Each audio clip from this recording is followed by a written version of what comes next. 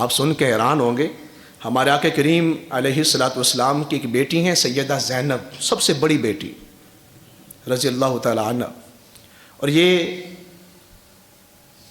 بڑی بیٹی ہیں تو حضور نے اعلان نبوت سے پہلے ان کی شادی فرما دی تھی حضرت ابو العاص کے ساتھ، جو بعد میں مسلمان ہوئے۔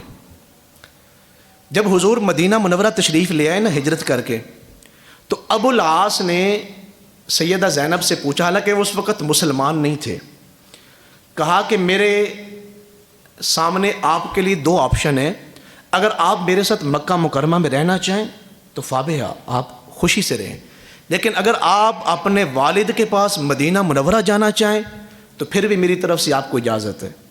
تو سیدہ زینب نے فرمایا کہ میں چاہتی ہوں کہ میں اپنے ابا جی کے ساتھ مدینہ منورہ میں حضور کے ساتھ رہوں۔ تو ابو العاص نے کہا کوئی بات نہیں۔ ابو العاص نے اپنے بھائی کی ڈیوٹی لگائی جن کا نام تھا کنانا، کہ تم اپنی بھابھی کو مدینہ منورہ چھوڑ کے آؤ۔ تو پھر حضور تک بھی اطلاع پہنچا دی گئی کہ سیدہ زینب جو ہیں وہ مدینہ منورہ تشریف لا رہی ہیں۔ تو حضور نے کچھ صحابہ کرام مدینہ منورہ کی سرحد پہ بھیج دیے اس دن کی مناسبت سے کہ جب یہ پہنچیں گی تو آپ خیریت سے ان کو وصول کیجئے۔ سیدہ زینب جب یہاں سے نکلی ہیں تو حاملہ ہے، پیٹ میں بچہ ہے، اونٹنی پہ بیٹھی ہیں۔ ابو سفیان اور اس کے ساتھ کچھ اور لوگوں کو خبر ہوئی کہ حضور کی بیٹی سیدہ زینب جو ہے وہ مکہ کو چھوڑ رہی ہیں۔ آپ جانتے ہیں کہ صحابہ کرام نے کتنی مشکل سے ہجرت کی، ہمارے آقا کریم نے بھی رات کے جو ہے وہ پچھلے پہر جو ہے وہ ہجرت کی، پھر غار ثور میں کتنے دن حضور ٹھہرے رہے، بڑا مشکل تھا اس وقت۔ تو جب انہیں خبر ہوئی تو ابو سفیان نے سیدہ زینب کی اونٹنی کو آ کے روکا۔ اب سیدہ زینب اونٹنی پہ ہیں، اونٹنی پہ آ کے روکا اس نے کہ ہم مکہ کے رئیس ہیں، ہم مکہ کے سردار ہیں، کوئی ہم سے پوچھے جو ہے مکہ مکرمہ کو کیسے چھوڑ سکتے ہیں، ہم نہیں جانے دیں گے۔ اب یہ بات کر رہا ہے ایک آدمی ہے ہبار بن اسود، اس نے تلوار نکالی اور اونٹنی کی ایک ٹانگ پہ وار کیا۔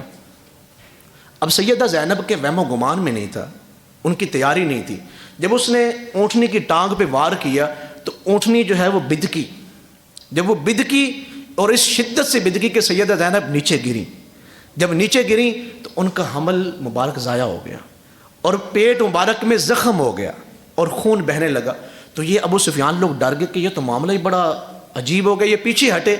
تو سیدہ زینب اسی زخم کے ساتھ، اس وقت یہ سہولتیں نہیں تھیں جو آج کے زمانے میں ہاسپٹل ہیں اور معاملات ہیں، اور پھر اس وقت اتنا مشکل سفر بھی تھا کہ یہاں سے نکلنا بھی ضروری ہے، وگرنہ یہاں کے لوگوں کے حالات ہمارے سامنے۔ تو سیدہ زینب اسی تکلیف کے ساتھ دوبارہ اونٹنی پہ بیٹھیں اور آپ مدینہ منورہ تشریف لائیں۔ اس وقت آپ کو مکہ معظمہ سے مدینہ منورہ پہنچنے تک کتنے 15 دن لگے، 15 دن خون بھی بہہ رہا ہے جسم سے اور پیٹ کی تکلیف بھی ہے، پھر بھی اونٹنی جیسی سواری پہ پھر بھی سفر کر رہی ہیں۔ آپ جب مدینہ منورہ پہنچی ہیں، اس تکلیف کے اندر آپ نے 9 سال بستر پہ گزارے ہیں۔ مدینہ منورہ پہنچی ہیں تو بستر پہ آ گئی ہیں۔ اب حضور روزانہ تشریف لا رہے ہیں، بار بار ایک باپ کی کیفیت کیا ہوگی کہ اس کی بیٹی 9 سال تک مسلسل بستر پہ رہے بیماری کے عالم میں، اور پھر اسی تکلیف کی وجہ سے، اسی حمل کے ضائع ہونے کی وجہ سے سیدہ زینب نے شہادت پائی، آپ کا وصال ہوا ہے۔ اور حضور کئی مرتبہ فرمایا کرتے تھے اپنے گھر والوں سے کہ یہ میری بیٹی سیدہ زینب وہ ہے جس نے دین کے راستے میں سب سے زیادہ تکلیفیں اٹھائی ہیں۔ جب مکہ شریف فتح ہوا نا تو حضور تشریف لائے اور مکہ شریف فتح ہو گیا، تو وہ جس نے اونٹنی کے ٹانگوں پہ تلوار چلائی تھی ہبار بن اسود، اسے پتہ چلا کہ آج تو کام بڑا خراب ہے، تو وہ دوڑ گیا اور جدے تک پہنچا۔ تو پھر اس کے دل میں خیال ہے کہ تو دوڑ کے جائے گا کہاں پہ، کیونکہ پوری دنیا میں کیسر و کسرا میں حضور کے غلاموں کی محبت کے چرچے تھے کہ پوری دنیا کے کسی کونے میں بھی بندہ ہو اور حضور کا وہ گستاخ ہو، وہ پھر مسلمانوں کے ہاتھ سے بچ نہیں سکتا۔ تو اس نے کہا میں جہاں بھی چلا جاؤں بچنا تو مشکل ہے، تو کیوں نہ میں جا کے حضور سے معافی مانگ لوں اور حضور کے سامنے اپنے گناہوں کی شرمندگی ظاہر کروں، ہو سکتا ہے مجھے معاف کر دیں۔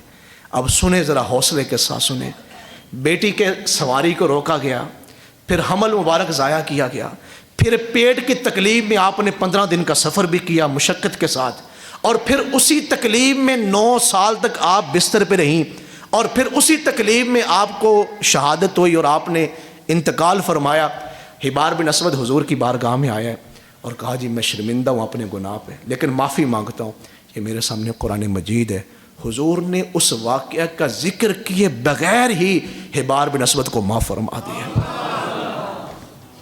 کتنا بڑا دل ہے، کتنا بڑا حوصلہ ہے، اور کتنا بڑا جو ہے وہ دل ہے میرا آقا کریم کا، اور کتنا بڑا حوصلہ ہے۔